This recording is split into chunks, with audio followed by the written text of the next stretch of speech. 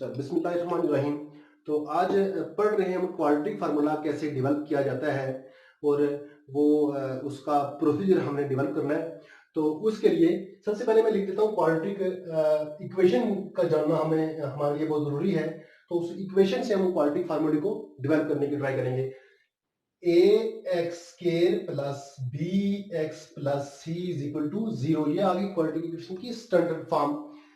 जिस इक्वेशन में x square variable की हाईएस्ट पावर 2 हो तो उसको हम कहेंगे क्वाड्रेटिक इक्वेशन।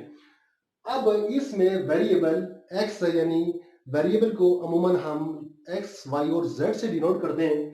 तो वेरिएबल यहाँ वेरिएबल की हाईएस्ट पावर 2 है, इसलिए हम इसको क्वाड्रेटिक इक्वेशन कहेंगे। और a b c कोई भी कांस्टेंट हम इसको कह सकते हैं। a की जगह 2 आ सकता है, 4 आ सकता है, इस तरह b की जगह भी कोई भी नंबर, उसी की जगह कोई और नंबर आ सकता है। अब इसको लेके हमने क्वाड्रेटिक फार्मूले को डेवलप करना है। उस फार्मूले को मैं पहले लिख देता हूँ ताकि हमें पता चल जाए कि हमारा टारगेट क्या है। फार्मूला है x is equal to, first के इक्वेशन में वेरिएबल अगर x यूज हो रहा है तो हम इसको x से फार्मूले को डिनोट करेंगे, जाहिर करेंगे। x is equal to minus B plus minus B square minus 4ac divide by 2a। हमने यहां से लेके इस फार्मूले तक जाना है, इसको डेवलप करना है। अब इस इक्वेशन को हम सॉल्व करेंगे। क्वाड्रेटिक इक्वेशन को सॉल्व करते करते हमें यहां तक पहुंचना है। तो सॉल्व करने के लिए जरूरी है कि हम एक्स स्केयर के साथ जो कोफिशिएंट ए है उसको रिमूव कर दें। वो रिमूव कैसे होगा? अब यहाँ ए है, ए को रिमूव करने का एक ही तरीका है कि ए से इक्वेशन को डिवाइड करने, पूरी इक्वेशन को डिवाइड करते हैं। मैं यहां लिख देता हूं a x square divide by A plus B x plus C divide by A is equal to 0 से आप अगर किसी चीज को डिवाइड करेंगे तो वो वापस 0 ही रहेगा। अब ए तो कट गया, हमारे पास बच गया X square plus B x over A plus C divide by A is equal to 0। Constant term जो कि जिसमें वेरिएबल इन्वॉल्व नहीं है, यहाँ एक्स है यहाँ एक्स स्केयर है, इस कांस्टेंट टर्म को हम दूसरी साइड पे ले जाएंगे। X square is equal plus B x over a is equal to minus C divide by a. अब क्या करना है, कांस्टेंट टर्म को हम दूसरी साइड पे लेंगे। अब x के साथ कोफिशिएंट कोई भी नहीं है, x के साथ कोफिशिएंट b ओवर a है। हमने x के साथ जो कोफिशिएंट है उसको देखना है। x के साथ कोफिशिएंट b ओवर a है, इसका हाफ करना है। उस हाफ का स्केयर हमें दोनों तरफ ऐड करना है। अब हाफ कैसे किया जाता है?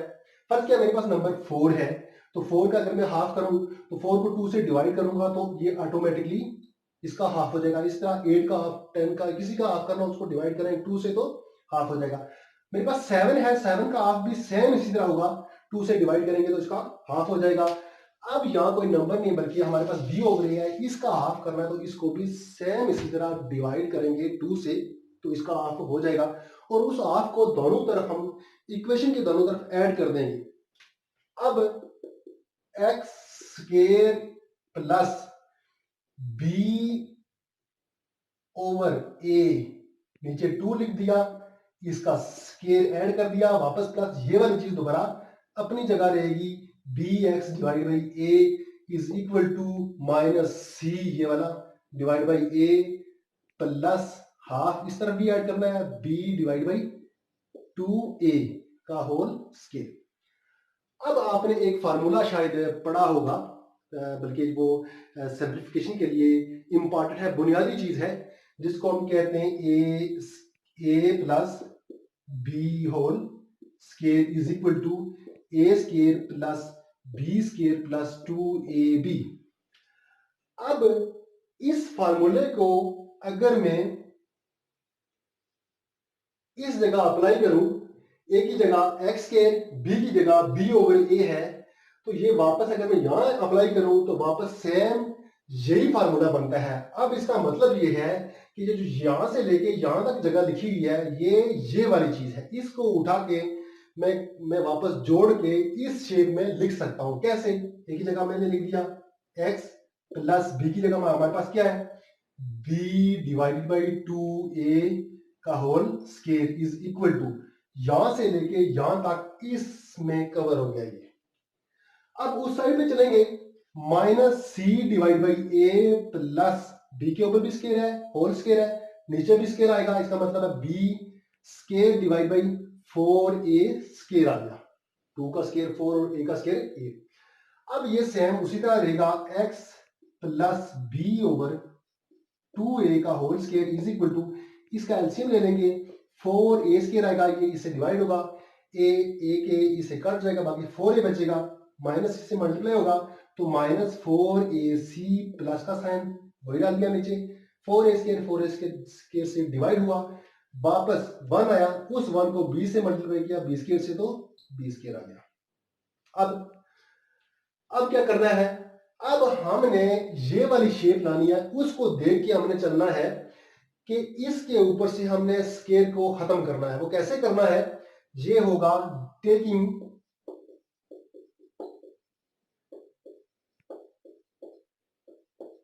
Square root both side, taking square root both side, यहां भी मैं स्केयर रूट ले लूंगा और यहां भी स्केयर रूट ले लूंगा, ताकि हमारे पास पावर 2 खत्म हो जाए और x बाहर निकल के आ जाए, x plus B divide by 2a का होल स्केयर के ऊपर रूट है इज इक्वल टू, आगे इसके ऊपर भी 4 minus 4ac plus B square divide by 4a का स्केयर।